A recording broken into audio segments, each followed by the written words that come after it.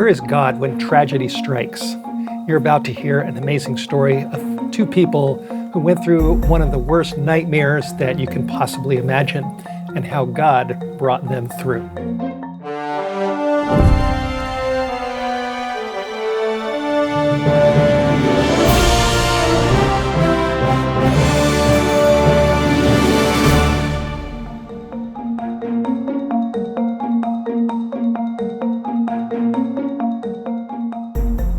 We're calling this mini-series Dark Waters, and it's based on a verse in the book of Isaiah, chapter 43, verse 2, where God says, "When you pass through the waters, I will be with you, and through the rivers, they shall not overflow you." You're about to hear a very heart-wrenching story about a little boy that died in a river accident that went through the waters and lost his life, and how his parents and their family struggled with that tragedy and how God brought them through. So I'm here with Tom and Nancy Hunt. Thank you so much for being part of this.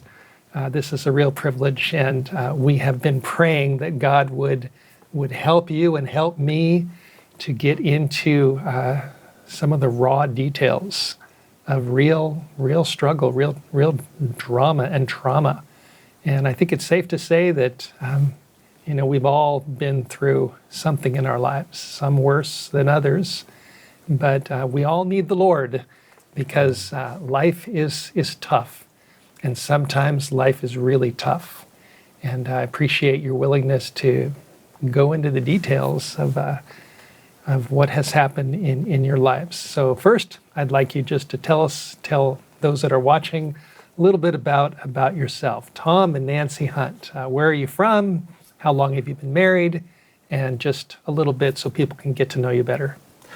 So I'm Tom Hunt. I was born and raised in North Carolina, Hendersonville Fletcher Academy, and I grew up there. And then I love music, and so I went to Fletcher Academy, graduated from there, played violin in the symphony orchestra, participated in the choral singing, and then I fell in love with bells. And I went on to become a teacher, and so I'm a teacher, and I've taught in many different places. And where I met Nancy is in California, at a youth camp at Leone Meadows. So we were working at summer camp there, and I met her, and we were married in 1987, and then we began our life. She was a teacher. She has a master's degree in education. I have a master's degree in education as well, and loves teaching music. And I started teaching in elementary school in Palmer, Alaska, and you have to teach music. And how do you do that? Normally, people, if they take a violin or clarinet or something and tell them to learn how to play it, it's hard. But I had seen that an easy way to do that is through bells. And so from year one, we purchased 3 octaves of chimes, and then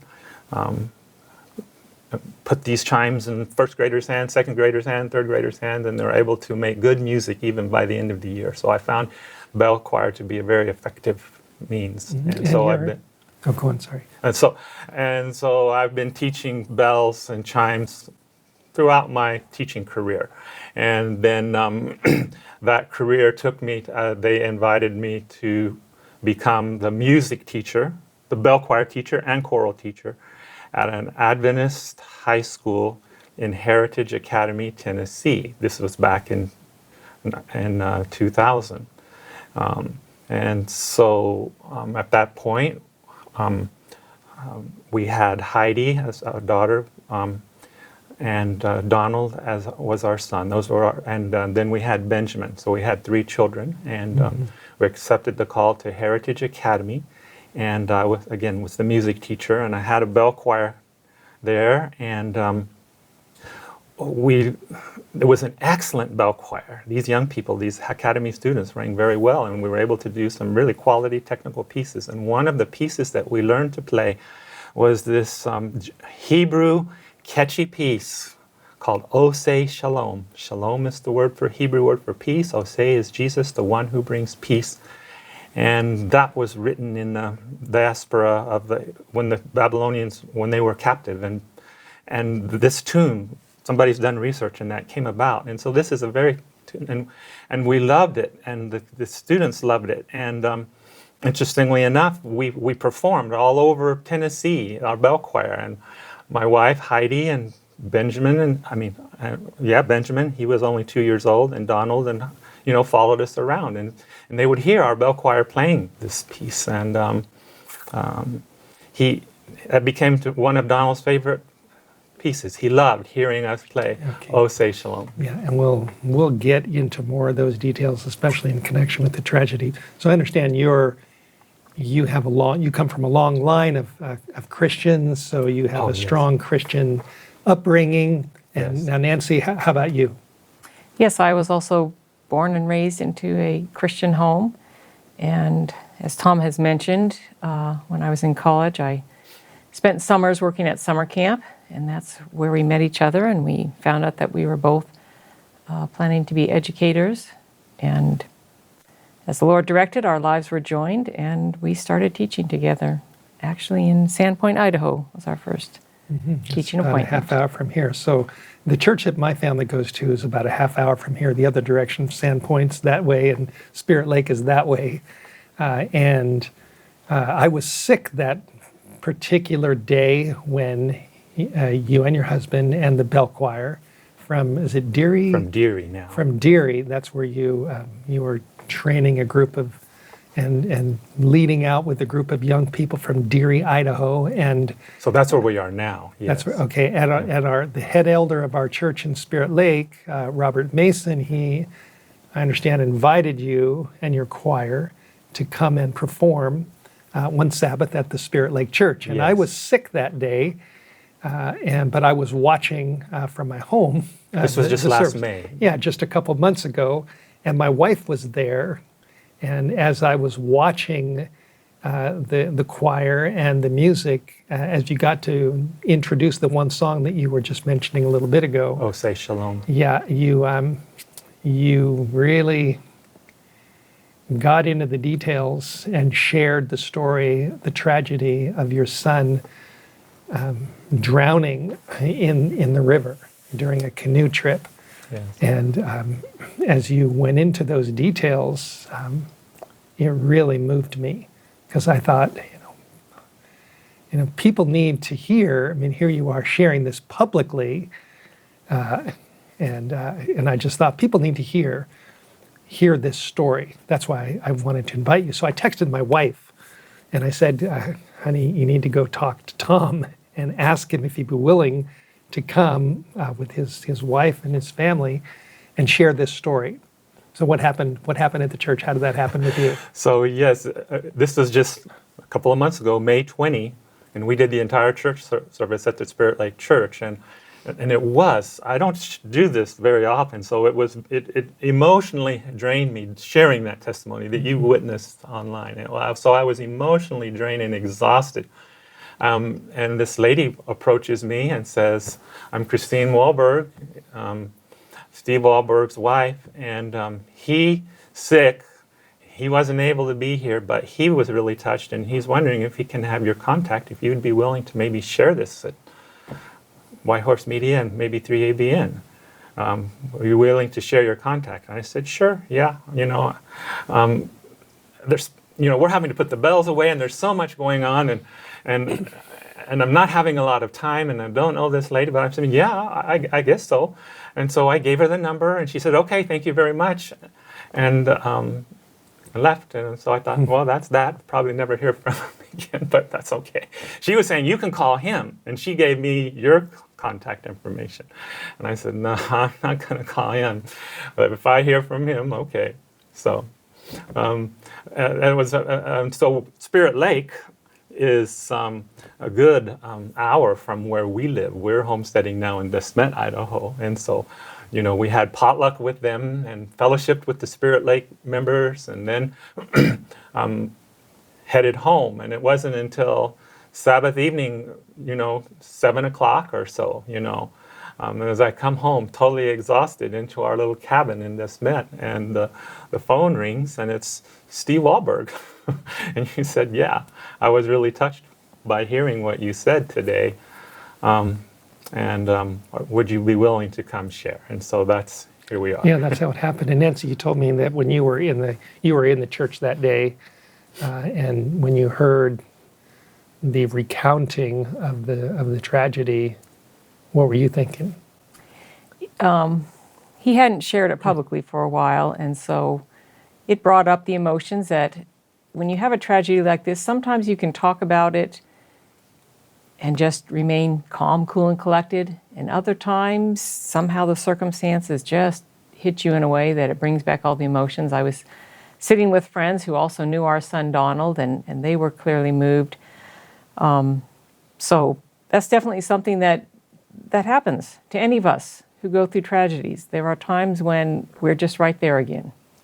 Yeah, and the reason why I wanted you to come is because we have a lot of people that watch our programs, and we've done many different series on different topics. We've talked about abortion, struggles with homosexuality, Bible prophecy, end times, mark of the beast, depression, lots of different issues.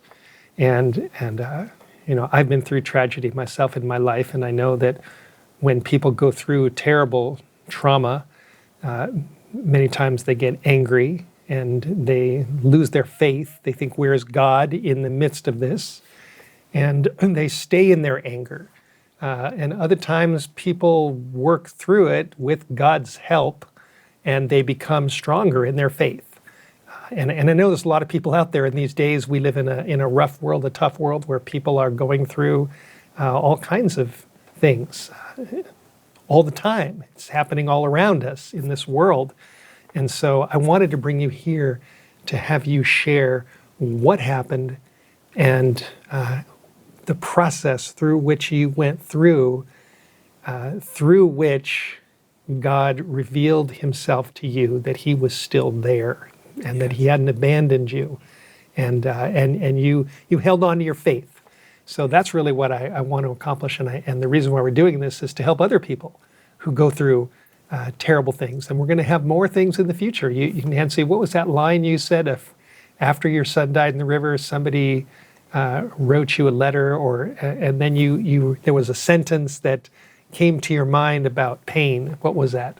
Yes, someone had shared with me how an associate of theirs had lost all three of their children in two different tragic accidents.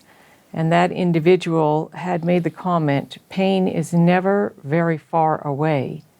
But what it had done to that individual had made them very sensitive to the pain in others.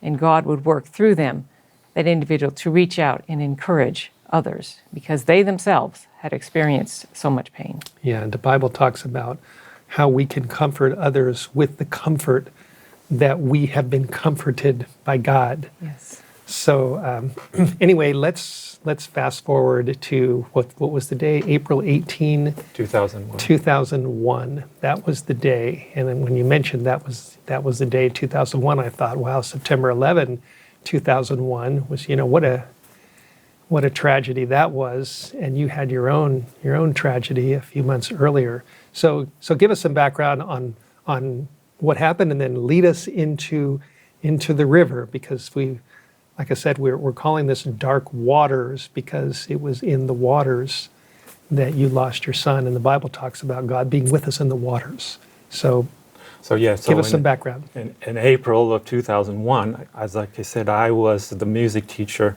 and Bible teacher on this academy campus, and it's self-supporting. And so the self-supporting work is very intense because you're quite busy 24/7. And with the intensity of that, I'm not able to spend a whole lot of time with my family. And so feeling the need, the desire to be able to spend some quality time with my children, because I'm always gone doing, quotes, the Lord's work, was why we decided to do this canoe trip. And it was during spring break, so I was free to do it. And it was to be our first overnight trip with our two older children. Benjamin was only 2 years old. He couldn't go. But interestingly enough, because we're such a close-knit family, my parents, my biological parents were also there on the campus at the time volunteering. And so this was truly a family outing, but my mom and my dad and Benjamin and Nancy were the support crew. And so they took us there and they dropped us off, and then they were going to pick us up on the other end. And so early morning, bright and early, April 18, 2001, I'm the first one up. I'm up early, 6 o'clock, 5:30, whenever it was. I'm sitting in my chair reading this book. And I'm having my devotions, and out from the bedroom bounds Donald, and he's such a happy-go-lucky kid anyway, and he comes bounding up and he says, Daddy, this is the day that we get to go on our canoe trip. And he was so excited, but he stops dead in his tracks and he says, and because he sees me and he says, I know, first I need to have my quiet time. And bless his heart, he turned around and went into his room and he's 9 years old, but we're teaching them to have their quiet time. Heidi's having her quiet time as well. And so she was 12. And she was 12. And Donald's 9. And Donald's 9, yes. And you have little Benjamin who's... And Benjamin is only 2 years old. Okay, got it. And so he has his quiet time. Everybody, the rest of the family gets up. We have our breakfast. And again, we all head out with the 2 canoes. We borrowed the 2 canoes from the Heritage Academy. And so the plan is for Heidi and I to go in one canoe. And then our good friend Leonard Smith, who was also a staff member about my age there, and knew the river, had been down the river, and Donald was going to go in his canoe. And again, the plan was to be a 2-day trip on the big South Fork River in Tennessee. But and this was a section of the river where it was basically all class 1 and 2 rapids. It's not still water, but just very calm water, very safe for beginning.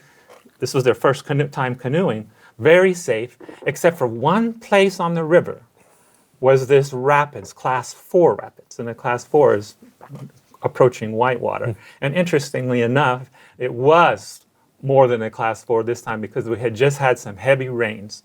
And so this one place, but we knew about it. Leonard had been down. He said, yeah, we don't go down Angel Falls.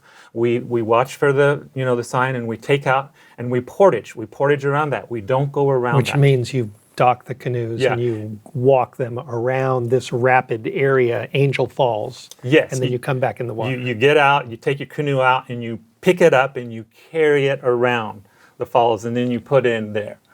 And then we would sail on down the river, camp at the little cabin, and then get up in the next morning and go on into Blue Heron, Kentucky, where and it's calm or semi-calm. There's enough. Class 1 and 2 is enough rippling water to make it fun. So the canoe's not just you're not having to paddle so much. And how far of a stretch was that Angel Falls? That one little dangerous area.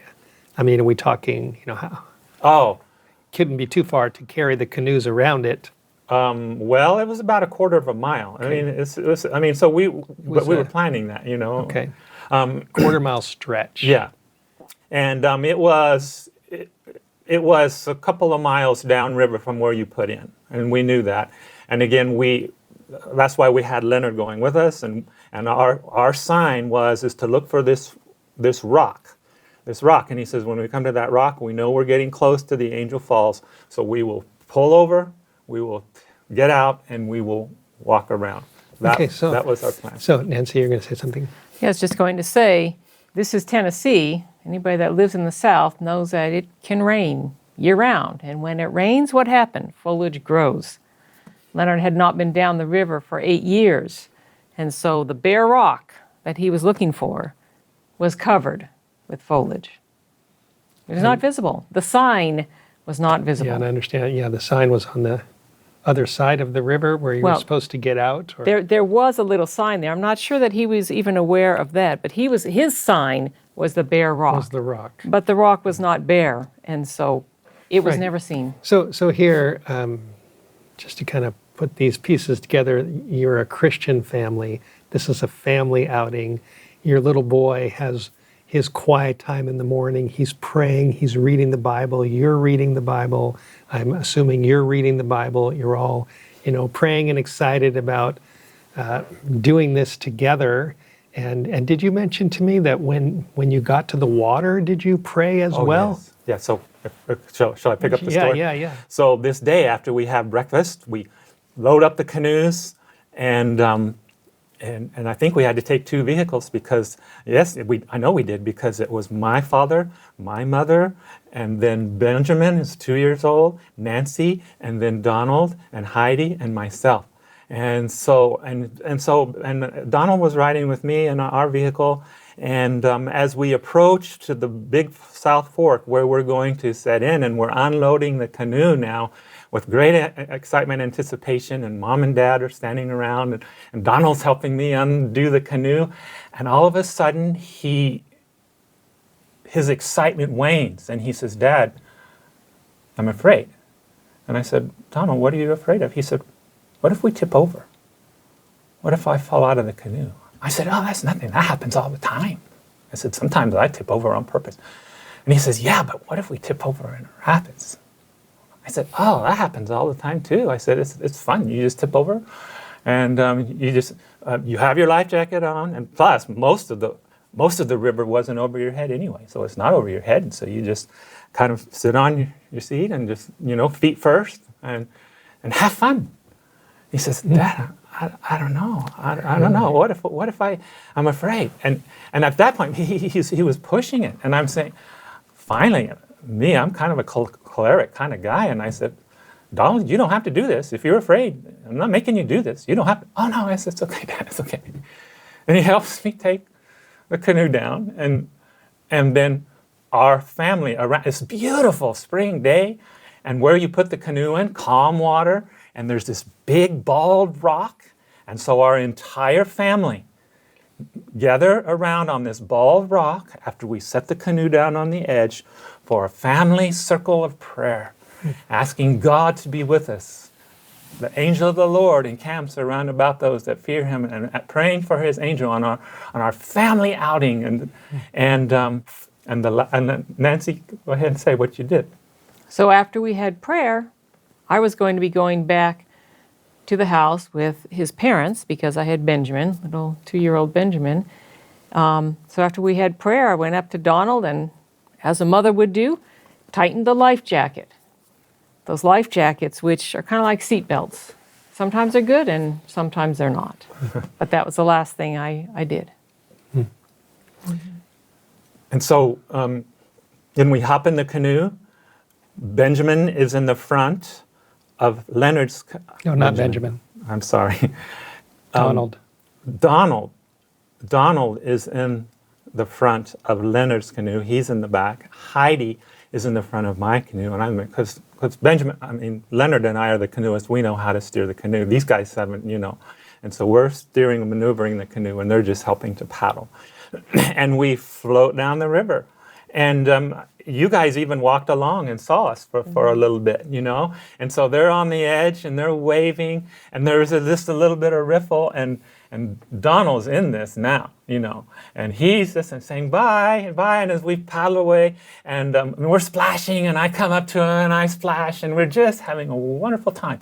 And through this splashing, as we're going down, the Angel Falls is still a mile or so down the way, but we're now maybe a half a mile or whatever, and because of all the splashing and stuff, and remember, we're camping, and so we had our tents and our sleeping bags. Water had been splashed into the canoe, and we had taken on some water, and so I said, well, we better, we don't want our stuff getting wet, so let's pull over and dump out the water. And when we did that, we dumped it over and we put it back in, and Donald's beaming, and he says, "Daddy, I'm not afraid anymore." Those were his last words. Those are the last words that I've heard from my son. "Daddy, I'm not afraid anymore." Wow. So he gets in, and we push off. And at first they were in the lead, but now when we pushed off, Heidi and I were in the lead. So we were ahead, and they were following right behind us. And we go, and we say, okay, we know that when we get up there, we're going to Portage, but all of a sudden, I find myself in some water just getting a little bit rough. I said, hang on, Heidi. And then we paddle, you know, And at that point, you had gone past the rock sign Yes. that Leonard was supposed to see but didn't see because of all the overgrowth Right. that had happened during the 8 years Yes. since he'd been there.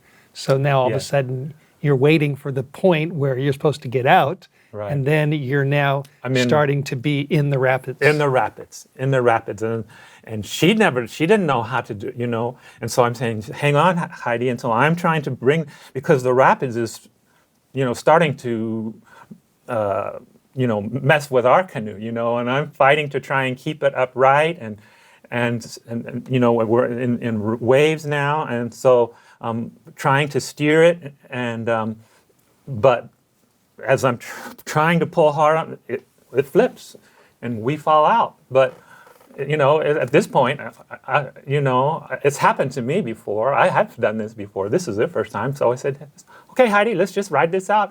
And she hangs on, and we ride it out the rest of the way, and we pull our canoe to shore, and we turn around and say, okay, let's see what. So you didn't tip over, or did you? Or we did tip over. You did tip we over. did tip over, but Heidi just hung on to the edge of the canoe, and we just rode it on down. We're going to pick this up for part 2, and we're going to get into the details and what you went through and what happened to Donald and how he went down and didn't come up.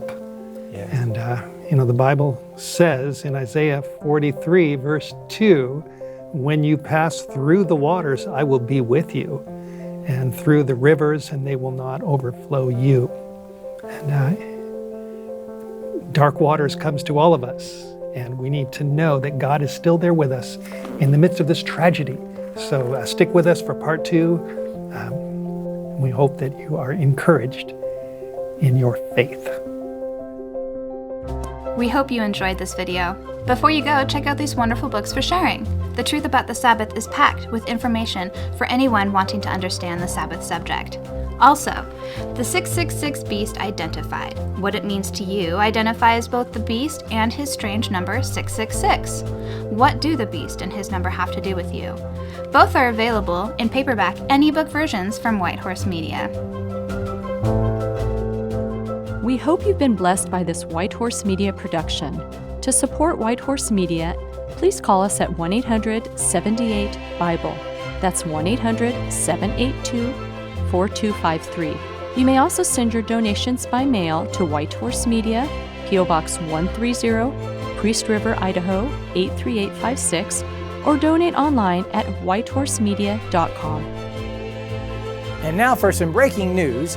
White Horse Media has just launched its new free online Bible school, Thunder in the Holy Land, filmed in Israel to help you and others discover the true teachings of God's Word. To learn more, visit whitehorsemediabibleschool.com. You'll be glad you did.